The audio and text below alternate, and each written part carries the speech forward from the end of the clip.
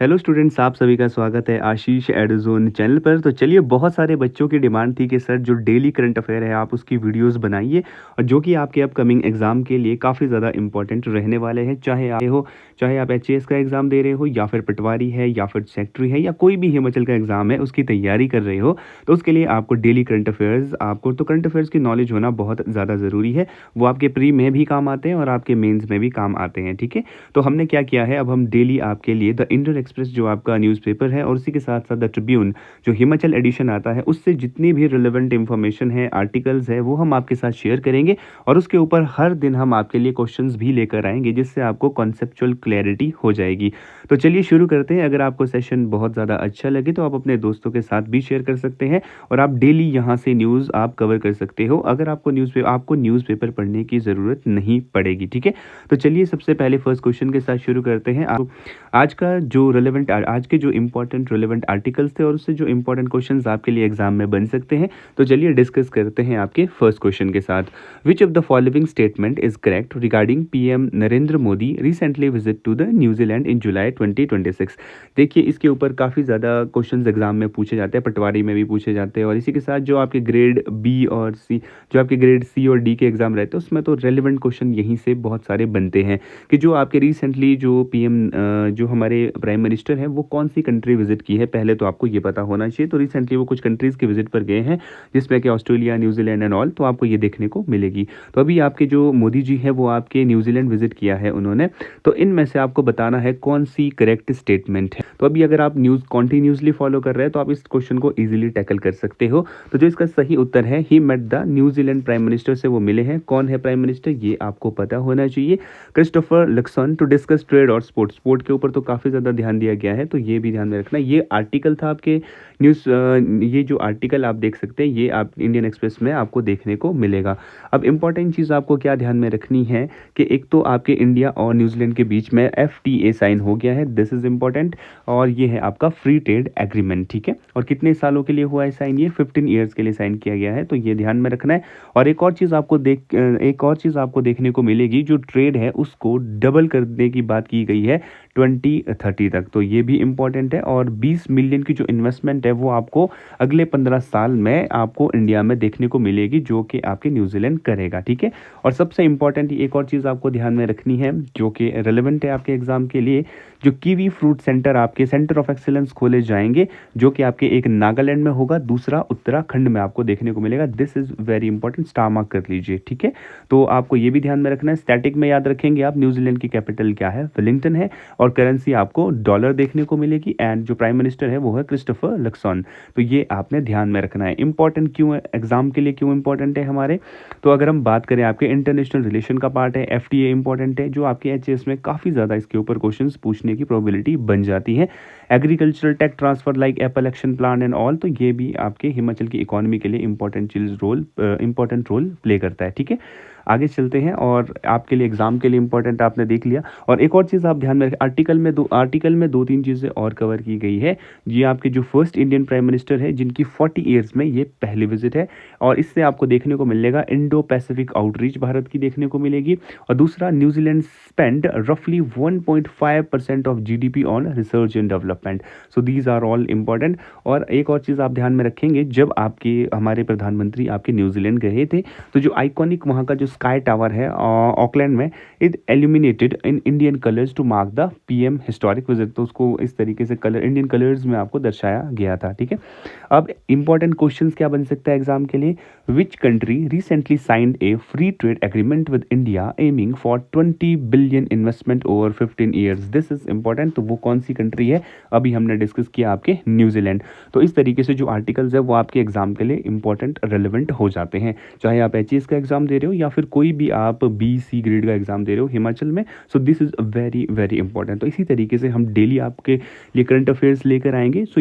अगर आपने अभी तक सब्सक्राइब नहीं किया है तो you can also subscribe, like and share to with your friends, तो ताकि उनको की तरफ चलते हैं।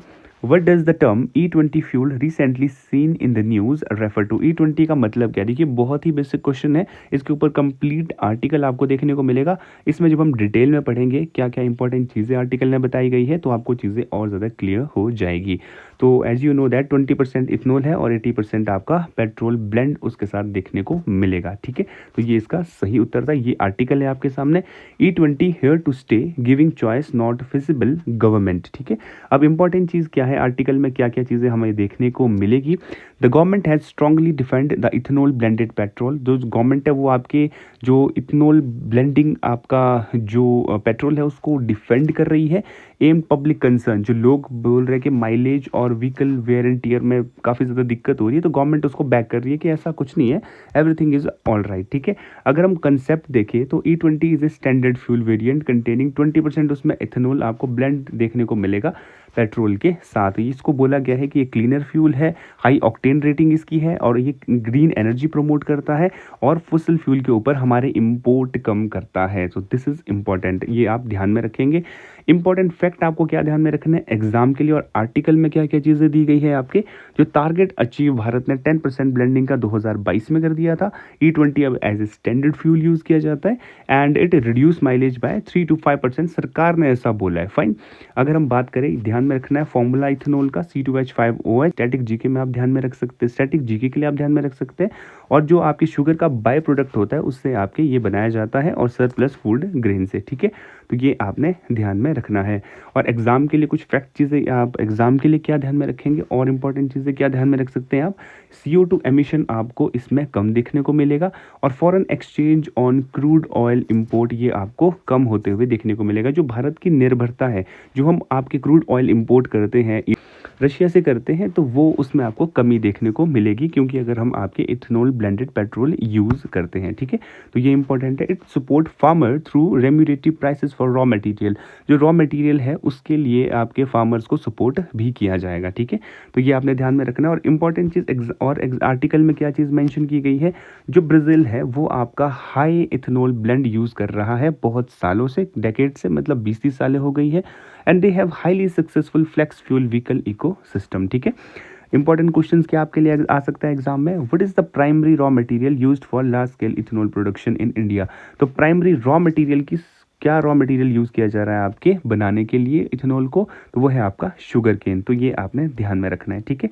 तो ये काफ़ी इंपॉर्टेंट रेलेवेंट इन्फॉर्मेशन हमें मिल जाती है आर्टिकल से और बहुत सारे क्वेश्चन भी सॉल्व हो सकते हैं, ठीक है। तो अगर आप डेली फॉलो करोगे तो डेफिनेटली आपका जो लेवल है स्टडी का वो भी बहुत ही अच्छे लेवल पे जाते हुए आपको देखने को मिलेगा। क्वेश्चन की तरफ चलते हैं और आर्टिकल की तरफ चलते हैं। Under which provision of the IT act was the film Sutlej taken down from an OTT platform. Under which provision, किस प्रोविजन के तहत और IT एक्ट के तहत जो फिल्म आई थी आपकी सतलुज, उसको आपके सोशल मीडिया हर जगह से OTT प्लेटफॉर्म से हटा दिया गया है। तो वो है आपका आर्टिकल सेक्शन 69A। तो ये ध्यान में रखना है, सेक्शन 69A। और आर्टिकल क्या बोल रहे हैं, government consider making certification mandatory for non theatre films too. सरकार चाह रही है कि जो आपका जो नॉन थिएटर फिल्म्स होती है, जो थिएटर पे नहीं लगती है, OTT प्लेटफॉर्म जैसे नेटफ्लिक्स है, अमेजन है या फिर हॉटस्टार है, यहाँ पर जो फिल्म चलती है OTT प्लेटफॉर्म पे चलती हैं, उसके ऊपर भी सर्टिफिकेशन मैंडेटरी कर देना चाहिए, ऐसा सरकार का कहना है। अब इंपॉर्टेंट चीज़ें हमारे एग्जाम के लिए रेलेवेंट क्या क्या चीज़ें रहती हैं आपके, तो अगर हम बात करें सतलुज मूवी की, इसका जो ओरिजिनल नाम था वो था पंजाब 95 और ये आपके एक बेस्ड ऑन राइट एक्टिविस्ट थे जिनका नाम था जसवंत सिंह कालरा। उनके ऊपर ये आपको पूरी स्टोरी इर्द गिर्द उनके आसपास घूमते हुए देखने को मिलेगी। इस मूवी को सबसे पहले ZEE5 पर लाया गया था और उसके बाद उसको सिक्योरिटी कंसर्न के रिगार्डिंग टेकन डाउन, मतलब निकाल दिया गया था, फाइन।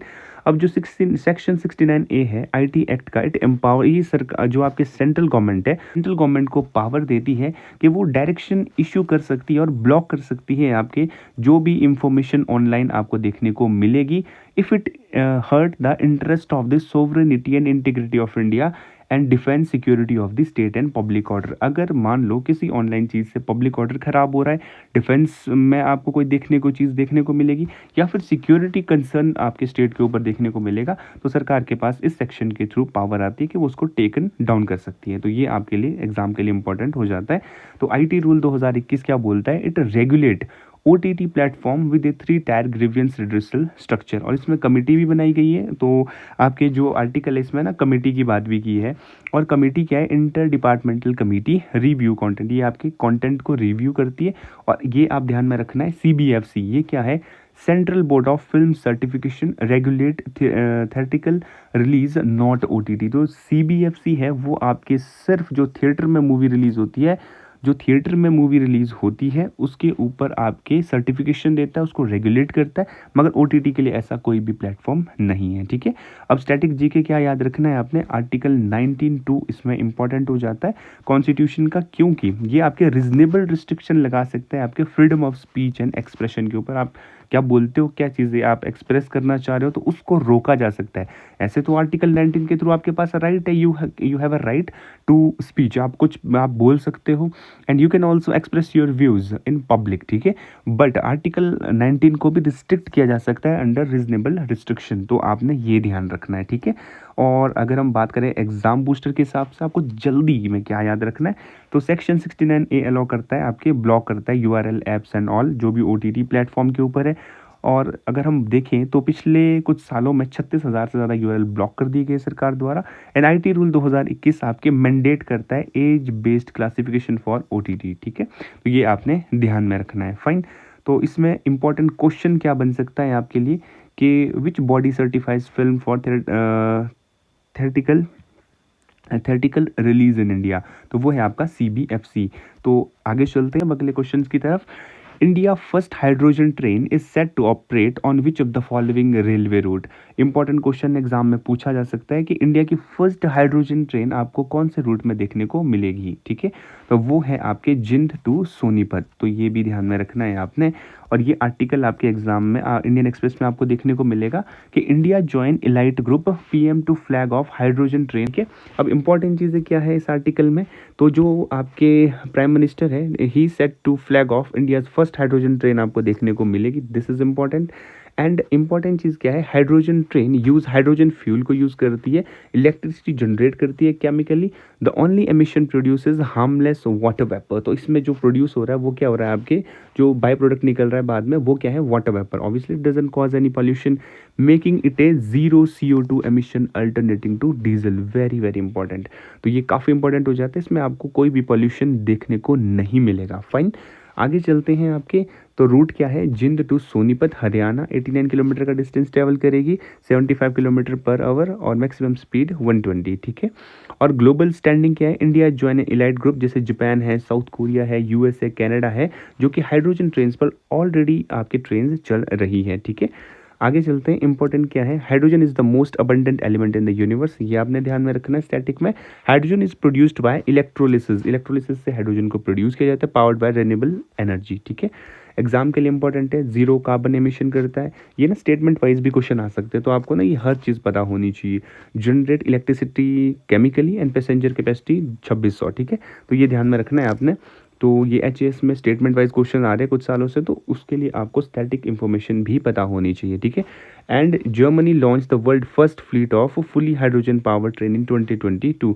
तो जर्मनी ने सबसे पहले लॉन्च की थी 2022 में कोराडिया। ठीक है, what is the only by product emission of the hydrogen fuel cell train, simple है, बाय प्रोडक्ट क्या निकलता है अभी डिस्कस किया आपने, which is harmless water vapour. चलते हैं अगले क्वेश्चन की तरफ जो कि काफ़ी इंपॉर्टेंट है, which state crude birth rate recently dropped into single digit for the first time. तो कौन सी स्टेट ऐसी है भारत की जिसका जो बर्थ रेट है वो आपको ड्रॉप कम होते हुए देखने को मिलेगा।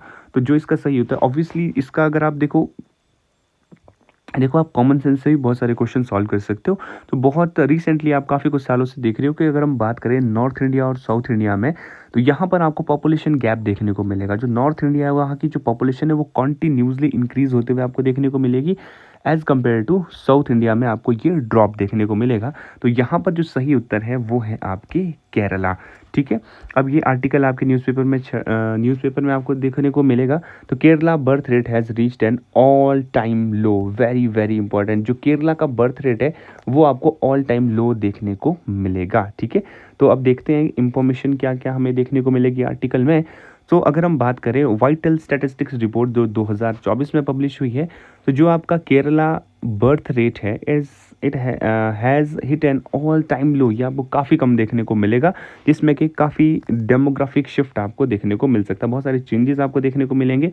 इंपॉर्टेंट चीज़ क्या है, crude birth rate measures, birth rate होता क्या है, CBR आखिरकार है क्या, सबसे पहले आपको ये पता होना चाहिए। It is the total number of live birth पर 1000 पीपल इन ए पॉपुलेशन, बच्चे आपके सर्वाइव कर रहे हैं पर 1000 people in A population during a given year, एक साल में, ठीक है, उसको बोलते हैं क्रूड बर्थ रेट, ठीक है। और falling CBR indicate N ageing group and shrinking workforce, अगर तो आपकी जो वर्कफोर्स है वो भी कम हो रही है, तो ये आपने ध्यान में रखना है। और इंपॉर्टेंट डाटा है जो आपको ध्यान में रखना है कि केरला जो CBR 2024 में 9.0 drop from 10.4 to in 2023। Indian national average कितना है आपका 18.3, वेरी वेरी इंपॉर्टेंट, ये SRS की रिपोर्ट है 2024 के हिसाब से। And lowest district in Kerala का अल्लापुजा, वो कितनी है 5.28, वेरी वेरी लो, ठीक है, ये आपने ध्यान में रखना है, ठीक है।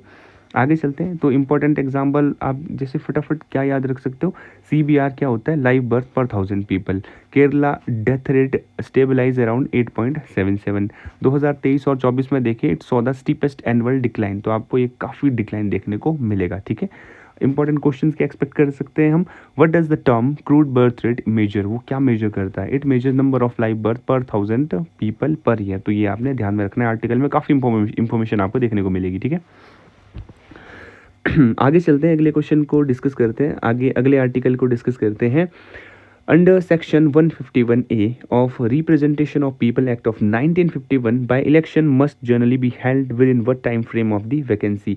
इलेक्शन क्वेश्चन क्या पूछ रहा है, आपके जो सेक्शन है आपका 151A, ठीक है, रिप्रेजेंटेशन ऑफ पीपल एक्ट 1951, तो इलेक्शन कितने टाइम के अंदर होनी चाहिए अगर मान लो वैकेंसी होती है, ठीक है, तो वो आपको देखने को मिलेगा 6th मंथ। तो इसके ऊपर आर्टिकल है आपका, जो हाई कोर्ट है, it restrain election commission from notifying by polls to 5 Tamil Nadu seats, ठीक है, तो ये इंपॉर्टेंट आपको देखने को मिलेगी, तो 6 मंथ के अंदर इलेक्शन हो जाने चाहिए। अब इंपॉर्टेंट क्वेश्चन, आर्टिकल में क्या चीज़ें डिस्कस है, आर्टिकल में क्या चीज़ें डिस्कस की गई है, जो मद्रास हाई कोर्ट है उसने रिस्ट्रेन द इलेक्शन कमीशन को बोला है notifying by polls to 5 Tamil Nadu जो सीट है उसके ऊपर इलेक्शन होने चाहिए, because election petition challenging the original victories were still pending, तो जो वहाँ पे इलेक्शन हुए थे वो अभी तक पेंडिंग पड़े हुए। तो कॉन्सेप्ट क्या है आपका, सेक्शन 51 क्या बोलता है, आपके जो RPA एक्ट है 1951 का, वो मैंडेट करता है that by election to fill vacancy in parliament और state legislature must be held within 6 month, 6 महीने के अंदर इलेक्शन आपको करवाने होंगे। संजीव आया वर्सेस इलेक्शन ट्रिब्यूनल का ये केस है। Article 324 vast the superintendents direction control of election in the election commission, तो आर्टिकल 324 आप ध्यान में रखेंगे। आगे चलते हैं, इसमें आपने ध्यान में रखना है RPA जो 1951 रूल है, declare with the conduct of the election कैसे होने चाहिए, और RPA 1950 deals with the preparation of electoral roll, और vacancy must be filled within 6 month के अंदर इलेक्शन हो जाने चाहिए, ठीक है। तो याद रखना है आपने। क्वेश्चन क्या बन सकता है, which constitutional article establish the election commission of India, तो आर्टिकल 324, ठीक है। आगे अगले आर्टिकल की तरफ चलते हैं। ओके, क्वेश्चन नंबर 7 क्या बोल रहा है आपके, अगले आर्टिकल की तरफ चलते हैं। What is the monetary threshold for a cyber financial fraud complaint to be automatically converted into an E0 FIR under under the MHA's new initiative, ठीक है। अब इंपॉर्टेंट चीज़ क्या है आपके, what is the monetary threshold, तो जो आपके कितना मनी होना चाहिए, कितना, what is the monetary threshold for a cyber financial fraud, कितना जो पैसा है, कितना जो पैसा है जो आपके साइबर फाइनेंशियल फ्रॉड के अंदर आएगा जिसमें कंप्लेंट ऑटोमेटिकली कन्वर्ट हो जाएगी आपके E0 FIR, ठीक है, तो वो आपका रहने वाला है RS 10 लाख रुपीज़, तो ये ध्यान में रखना है। ये जो आर्टिकल आप देखेंगे, crack down on cyber crime RS 25,000 crore saved, E0 FIR rolled out, ठीक है, तो ये काफ़ी इंपॉर्टेंट आर्टिकल है, आपने ध्यान में रखना है। तो 10 लाख तक का आपका अगर साइबर क्राइम फ्रॉड है तो वो E0 FIR के अंदर चला जाएगा। सो जो मिनिस्ट्री ऑफ होम अफेयर्स है, verified the PM briefed the PM on the crackdown on cyber crime, highlighting the rollout of the E0 FIR system, ठीक है। अब बैकग्राउंड क्या है, कॉन्सेप्ट क्या है, ये E0 FIR can be filed at any police station, किसी भी पुलिस स्टेशन में E0 FIR आप फाइल कर सकते हो, and the E0 FIR system automatically convert complaint launched on the portal into FIR, तो इसमें आपके ये ऑटोमेटिकली पोर्टल पे चला जाएगा as a FIR if the financial loss exceed a certain threshold, तो अगर आपका जो फाइनेंशियल लॉस है 10 लाख से ऊपर होता है, ठीक है। तो इंपॉर्टेंट इंपॉर्टेंट चीज़ क्या याद में, थ्रेशोल्ड क्या है, लॉस एक्सीडिंग आरएस अगर 10 लाख से ऊपर जाता है आपका। हेल्पलाइन क्या है, national cyber crime reporting portal helpline in 1930s। और सेविंग क्या है आपके, government intervention saved R S 25,000 crore from fraudster, इतना आपके रिकवर कर दिया गया सरकार द्वारा। This is important. स्टैटिक में क्या ध्यान रखेंगे आप, police and public order are state subject under the 7th schedule. 7th schedule आपको ध्यान में रखना है कि जो पुलिस है, पब्लिक ऑर्डर है, वो आपके स्टेट सब्जेक्ट के अंदर आता है। And but the centre coordinates cyber crime by the 14C Indian cyber crime coordination centre. ठीक है, तो एग्जाम बूस्टर में क्या, एग्जाम के लिए क्या याद रखेंगे, E0 FIR estimate judicial delays and over 2.75 lakh malicious URL block. And helpline क्या है, 1930 ठीक है, तो ये आपने ध्यान में रखना है। क्वेश्चन क्या बन सकता है, what is the national helpline number for reporting cyber financial fraud in India, 1930। अगर आपके साथ साइबर फ्रॉड होता है तो आप इस नंबर पर कॉल कर सकते हैं। ठीक है, अगले आर्टिकल की तरफ चलते हैं। The El Nino phenomenon is declared when the average sea surface temperature anomaly in 3.4 region surpasses what threshold। तो वो कितना होना चाहिए आपका, 0.5 डिग्री सेल्सियस। अब इसके ऊपर भी आर्टिकल आया है, इसके ऊपर भी आपको आर्टिकल देखने को मिलेगा। The El Nino strengthened could develop into strongest since 1950। जो एल नीनो है वो और ज़्यादा स्ट्रॉन्ग हो गया है, could develop into strongest since 1950 से वो और ज़्यादा स्ट्रॉन्ग आपको इस बार देखने को मिलेगा। अब होता क्या है, let's discuss. NOAA warned that the prevailing El Nino could develop into one of the strongest since 1950s। ये आपका 1950s के बाद सबसे ज़्यादा स्ट्रॉन्गेस्ट एल नीनो आपको देखने को मिल सकता है। And it will definitely gonna affect आपके इंडियन मानसून को काफ़ी ज़्यादा हर्ट करेगा। एल नीनो क्या होता है, is the abnormal warming of sea water. जो आपका सरफेस वाटर है सी में वो आपके गर्म हो जाता है in the equatorial Pacific ocean, क्योंकि इक्वेटर अगर हम बात करें आपके अर्थ की, तो जो आपका इक्वेटर वाला पोर्शन है, धूप सबसे ज़्यादा यहीं पर लगती है। एंड डेफिनेटली जो एरिया है ये काफ़ी ज़्यादा हीटअप हो जाता है in Pacific ocean. It suppress monsoon rainfall in India. तो इसकी वजह से ना इंडिया में जो मानसून है उस पर भी फ़र्क पड़ता है। It is the part of broader El Nino southern oscillation cycle. ठीक है, तो ये आपने ध्यान में रखना है। इंपॉर्टेंट चीज़ें क्या याद रखेंगे आप, जो थ्रेशोल्ड है, it declared when Nino 3.4 anomaly surpass 0.5 degree Celsius, तब आपको ये देखने को मिलेगा। Strong El Nino usually when it cross 1 part, जब स्ट्रॉन्ग कब होगा, जब ये आपके 1.5 डिग्री सेल्सियस से ऊपर चला जाएगा। एंड गॉडजिला एल नीनो मतलब कब होता है, अकर्ड इन 15 और 16, dropping Indian range below 90%, very very bad for the agriculture. तो इसका काफ़ी ज़्यादा फर्क पड़ता है आपके, because India is an agrarian economy completely, like Himachal is also an agrarian economy.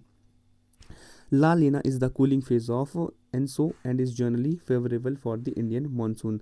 ला नीना कब होता है, तब बहुत ज़्यादा बारिश होती है, बट इस बार एल नीनो है तो इस बार बारिश कम हो सकती है। ठीक है, तो एग्जाम के लिए याद रखेंगे, El Nino means the little boy in Spanish and warms the central and eastern Pacific suppress the Indian monsoon. तो ये आप ध्यान में रखेंगे। और स्ट्रॉन्गेस्ट एल नीनो फेज कब रहे, 82, 83, 97, 98, 2015 और 16 में। एग्जाम के लिए इंपॉर्टेंट क्या है, which phenomenon refer to the abnormal cooling of central and eastern Pacific region, किस वजह से होती है, ला नीना। ठीक है, तो चलिए अगले अगले आर्टिकल को डिस्कस करते हैं और उसके साथ जो क्वेश्चन बनता है उसको डिस्कस करते हैं। Which instrument are used in landslide early warning system to measure change in ground vibration and movement. किस इंस्ट्रूमेंट को यूज़ किया जाएगा आपके जब लैंडस्लाइड आता है तो अर्ली वार्निंग सिस्टम यूज़ किया जाएगा, तो वो कौन सा इंस्ट्रूमेंट है आपके, टिल्ट मीटर एंड एक्सेलेरोमीटर। तो ये आपने ध्यान में रखना है। ठीक है, इसके ऊपर आर्टिकल है landslide the need for early warning system. ठीक है, अब इंपॉर्टेंट चीज़ क्या है आपकी, रिसेंटली लैंडस्लाइड इन वायनाड। तो ये आप देखेंगे अभी ना आपके केरला में लैंडस्लाइड देखने को मिलेगा। So it need urgent need for robust early warning system की बात उसके बाद आपको देखने को मिलेगी। ठीक है, तो sensor installed on high risk slope can track microscopic movement. तो सेंसर लगाए जाएंगे जिससे आप छोटी छोटी मूवमेंट को ट्रैक कर सकते हो, ताकि लैंडस्लाइड होने से पहले ही आपको पता चल जाए अगर वहाँ पे वाइब्रेशन आपको फील होती है। And researchers as IIT Mandi, Amrita university are leading this. तो ये इस पे काम कर रहे हैं। ठीक है, टिल्ट मीटर क्या होता है कि measure change in slope and angle of the ground, अगर कोई चेंजेस आ रहा है ग्राउंड में स्लोप पर तो वो मेजर करेगा। एक्सेलेरोमीटर का काम क्या होता है, मेजर वाइब्रेशन मेजर करेगा, सडन मूवमेंट मेजर करेगा। ठीक है, अब लिमिटेशंस क्या है, हाईली लोकलाइज्ड, आप इसको स्पेशली एक किसी स्पेसिफिक जगह पर लगा सकते हो। Only monitor the specific slope they are installed on, और स्पेसिफिक जगह पर इसको यूज़ किया जा सकता है। तो ये ना इसका डिसएडवांटेज है। एंड स्टैटिक जीके में याद रखना है आपने, geological survey of India is the nodal agency for landslide hazard mitigation in India. तो GSI is responsible for hazard mitigation in India. तो ये आपने ध्यान में रखना है, ठीक है। एग्जाम के लिए इंपॉर्टेंट रखेंगे, IIT develop low cost warning system and need high resolution local rainfall forecast and Wayanad Munnar are in Western Ghat. ये आपको वेस्टर्न घाट केरला में देखने को मिलेंगे, जहाँ पर लैंडस्लाइड आया था रिसेंटली, ठीक है। क्वेश्चन क्या बन सकता है कि which instrument in Himachal Pradesh is actively developing landslide early warning system, IIT Mandi. तो आज का लास्ट आर्टिकल डिस्कस करते हैं। Novo Nordisk recently launched icodec weekly in India, what is it used for. तो ये किस लिए यूज़ किया जाएगा, आपके बहुत इंपॉर्टेंट आर्टिकल है। तो वो है आपके weekly insulin shot for diabetes patient के लिए वीकली इंसुलिन शॉट्स आपको देखने को मिलेंगे। And this is very important article, why weekly diabetes shot could reshape treatment. तो यहाँ पर आपको काफ़ी ज़्यादा चेंजेस देखने को मिलेंगे, ठीक है। अब क्या इंपॉर्टेंट चीज़ है, बैकग्राउंड क्या है आपके आर्टिकल का।